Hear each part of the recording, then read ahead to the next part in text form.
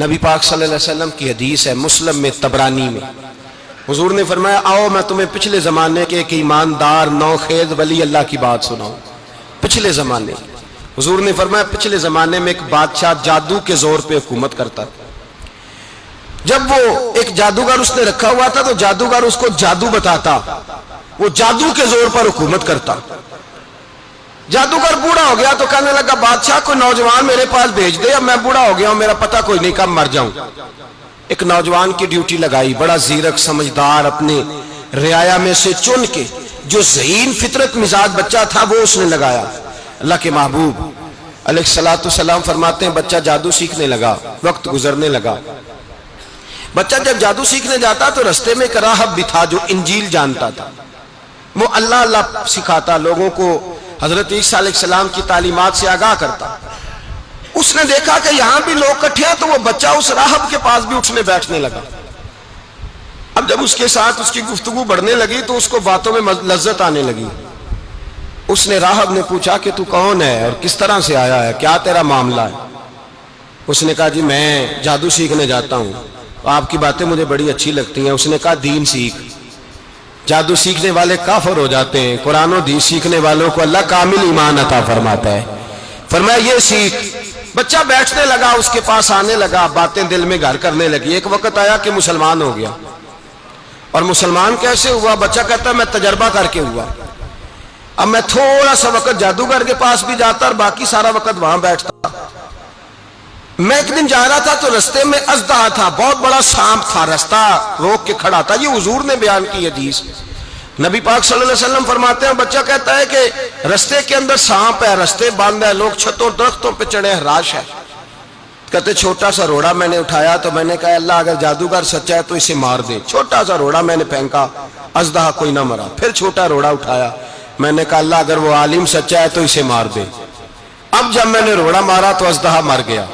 میرے اندر سے گواہی آئی نہیں دین کی باتیں سچی ہیں، نہیں قرآن کی باتیں اسلام سمجھانے کے لیے عرض کر رہا ہوں، اگرچہ اس دور میں انجیل تھی، اللہ رسول کی باتیں اچھی ہیں۔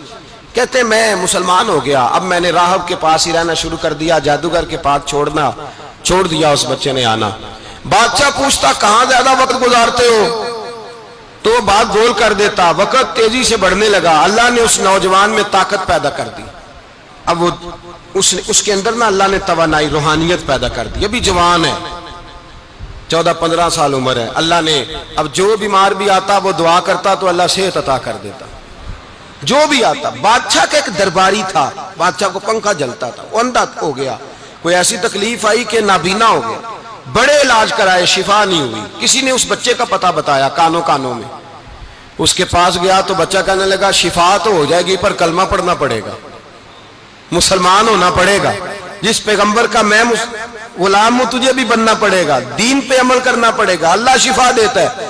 اس نے کہا تو مجھے کلمہ پڑھا، مجھے شفا دے، میں تیار ہوں۔ اس نے کہا شفا تو اللہ دیتا ہے۔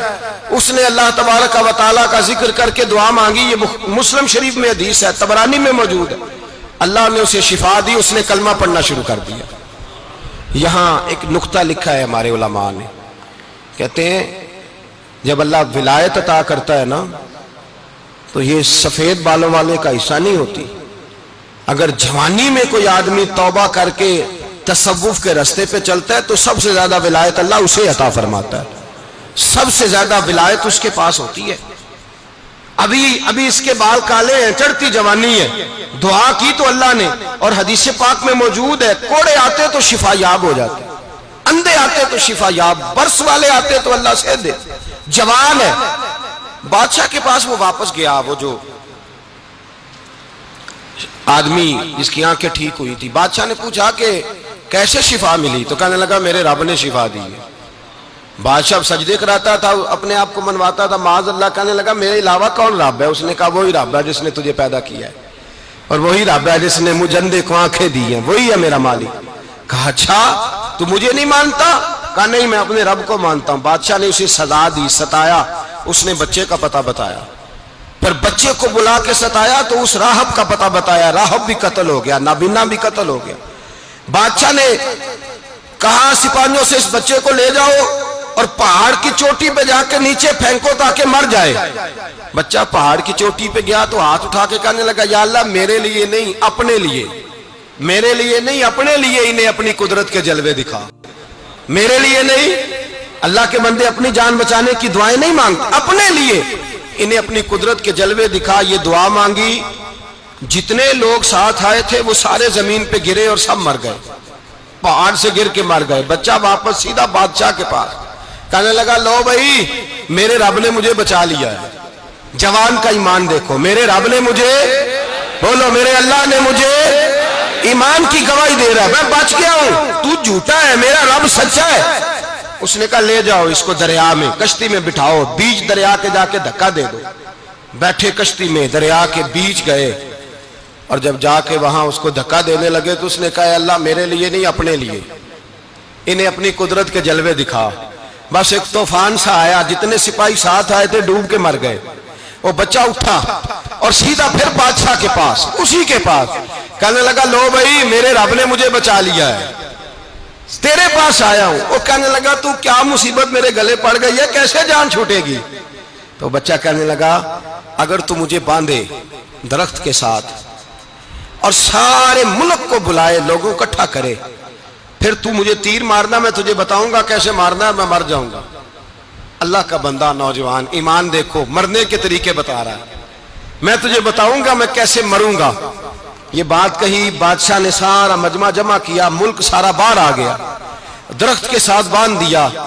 کہنے لگا بھائی لوگوں یہ مجھے مارنا چاہتا تھا، مار نہیں سکا، اب میں اسے بتانے لگا ہوں کہ میں کیسے مروں گا.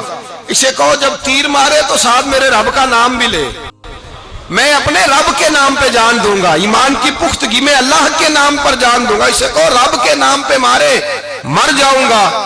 بادشاہ نے اللہ کہہ کے تیر مارا، پیشانی میں لگا، بچے کی روح پرواز کر گئی. جتنا مجمع کھڑا تھا سارا کلمہ پڑھ کے مسلمان ہو گئے، سارے مسلمان ہو گئے سارے. میرے رسول پاک سید عالم صلی اللہ علیہ وسلم نے نوجوانوں کو بتایا جب تمہارے اندر ایمان کی قوت آئے گی تو اللہ تمہاری مدد کرے. فرمایا وہ نوخیز ولی تھا، ابھی جوان رانا تھا، ابھی اس کی پیشانی پر جوانی کے آثار تھے، لیکن اس نے اللہ کو راضی کیا، رب کریم کو راضی. ولایت کا مطلب بڑھاپا نہیں، ولایت کا مطلب وہ نہیں کہ جب بڑا لمبا وقت گزر جائے تو پھر آدمی آئے کہ نہیں اب کیا کرنا ہے، اب مسجد ہی ہے، اب تو اس کے علاوہ گزارا ہی کوئی نہیں. تو اس وقت کا آنا اللہ کی بارگاہ میں قبول تو ہے، لیکن شاباشی اسی کو ملتی ہے جو جوانی کا وقت آئے، جو عین اس وقت آئے.